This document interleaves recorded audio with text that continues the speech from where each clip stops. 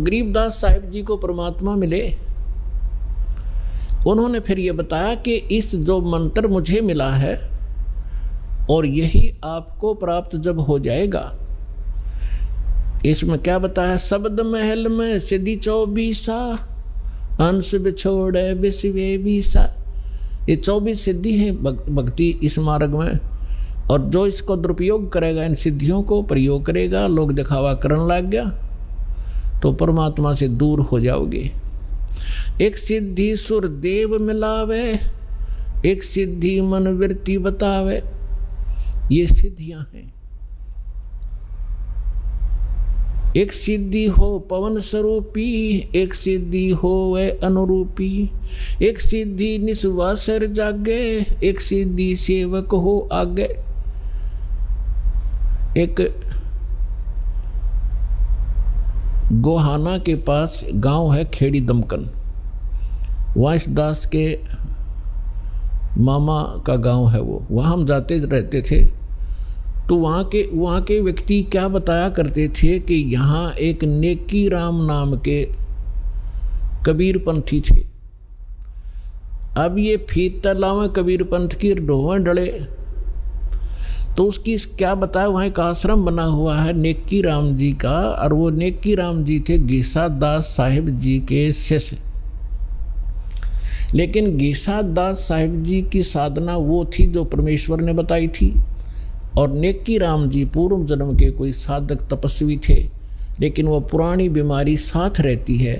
जो गुरुदेव से वो पूर्ण मंत्र तो उनको मिले नहीं थे, किसी को दिया नहीं उन्होंने, लेकिन अन्य जो साधना बताई थी वो भी उनका कल्याणकारक थी, ताकि उनको मनुष्य जीवन मिलते रहते, इस समय तक वो आ जाते।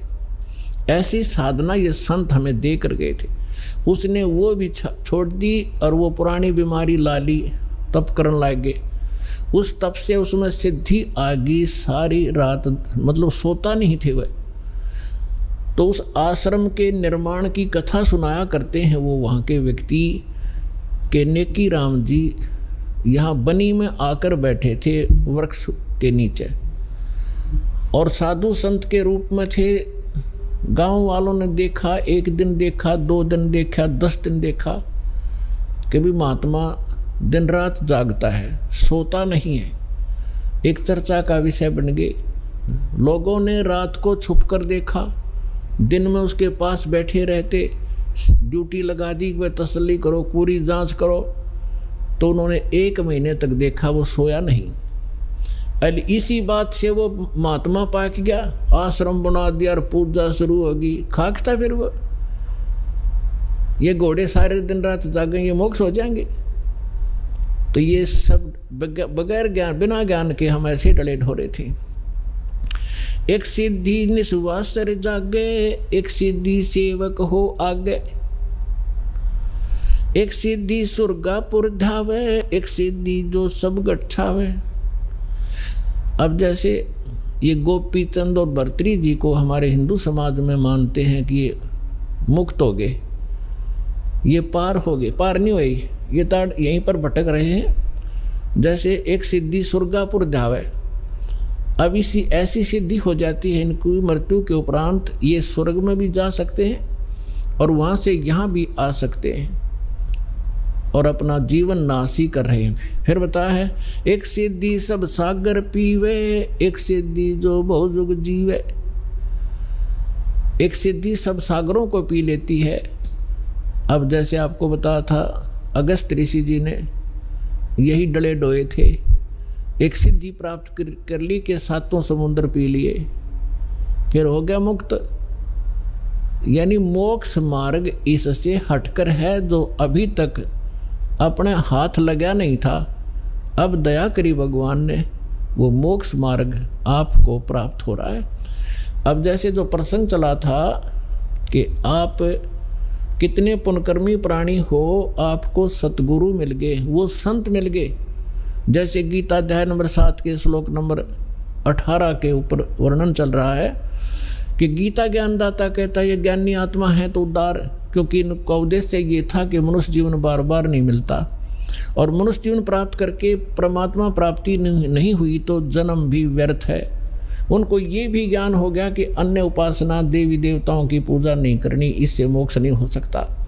लेकिन वो मेरे वाली अनुत्तम साधना में, घटिया साधना में ही आश्रित रहे, मेरे वाली घटिया गति में आश्रित रहे। गति कौन सी? स्वर्ग ब्रह्मलोक से, ओम नाम से ब्रह्मलोक प्राप्त होगा, फिर जन्म मृत्यु ज्यों की त्यों। गीता अध्याय नंबर 7 के श्लोक नंबर 19 में स्पष्ट कर दिया गीता ज्ञानदाता ने कि बहुनाम जन्मानाम अन्ते ज्ञानवान माम प्रपद्ये वासुदेवम सर्वमिति सैमात्मा सुदुर्लभ है। क्या बताना चाहते हैं गीता ज्ञानदाता के बहुत बहुत जन्मों के अंत के जन्म में कोई ज्ञानी व्यक्ति, ज्ञानी आत्मा, बुद्धिमान व्यक्ति ब्रह्म तक की साधना करता है। नहीं तो इन नीचे की साधनाओं में ही कोई भूत प्रेतों की, पितरों की श्राद्धों में उलझ पुलझ, या श्री विष्णु, श्री शिव जी, ब्रह्मा जी, देवी देवताओं की पूजा करता है। बहुनाम जन्मानाम अन्ते ज्ञानवान माम प्रपद्ये। बहुत बहुत जन्मों के अंत के किसी जन्म में ज्ञानी आत्मा मेरी भक्ति करता है। और वासुदेव सर्वमिति सैमात्मा सुदुर्लभ है। ये बताने वाला कि वासुदेव ही सर्व सब कुछ है। सर्वम, सर्वम मीन के वही सर्व पाप नाशक है, वही सर्व सृष्टि रचनहार है, और वही सर्व कष्ट निवारक है, और वही सुखदाता है, वही पूर्ण मोक्ष दाता है। वो वासुदेव है।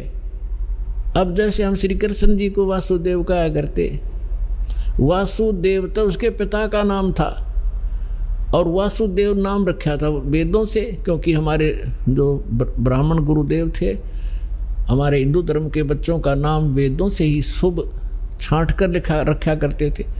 तो वासुदेव उसका पिता था, श्री कृष्ण नहीं थे। वासुदेव का अर्थ होता है जिस परमात्मा की सब जगह उपस्थिति हो, सबके ऊपर जिसका कंट्रोल हो, जो सर्व व्यापक हो।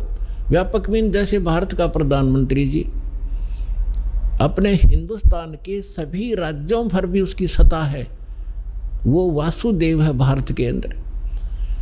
अब जैसे डिस्ट्रिक्ट के अंदर एक डिप्टी कमिश्नर है, ये वासुदेव नहीं है, केवल एक जिले के अंदर कुछ आंशिक शक्तियां इसके पास हैं। एक मंत्री है वो वासुदेव, यानी पूरे हरियाणा पर, पूरे भारत का के ऊपर व्यापक नहीं है। वो केवल अपने विभाग, एक स्टेट के अंदर अपने विभाग का मालिक है, वो भारत का मालिक नहीं है। वासुदेव नहीं, उसका सब जगह अस्तित्व नहीं है उसका। ऐसे ही मुख्यमंत्री अपने एक राज्य में प्रधान है, मुखिया है, लेकिन वो भारत पर, सब भारत पर व्यापक नहीं है। तो प्रधानमंत्री जो है वो वासुदेव है, और वो सर्व सुखदायी है। यानी जितनी जो शक्तियाँ, एक मंत्री, मुख्यमंत्री स्टेट के, या वैसे अन्य मंत्री जो सेंटर के, और जितने भी जो कर्मचारी अधिकारी हैं, उन सब से अधिक वो पावर है उसके पास, और उसी से प्राप्त पावर उसने आगे बांट रखी है, और उसके अंदर सारी पावर है। वो भी काम कर सकता है जो एक पटवारी करता है, एक डीसी कर सकता है, उसके संकेत से 2 मिनट में सब कुछ हो सकता है। तो कहने का भाव ये है कि वासुदेव सर्वमिति। अब सैमात्मा सुदुर्लभ है, ये बताने वाला संत कि वो परमात्मा सब कुछ है, ना सरपुरुष से मुक्त, ना अक्षर पुरुष से मुक्ति, ना ब्रह्मा विष्णु महेश्वर इन देवी देवता और आन उपासना से मुक्ति नहीं हो सकती। ये बताने वाला कि वासुदेव ही सर्वम, वो वासुदेव ही सब कुछ है। सर्वम माने पूर्ण मोक्षदायक है, सर्व कष्ट निवारक है, सबका पालक है, सबका जनक है, पूर्ण मोक्ष प्राप्त कराने वाला वही है।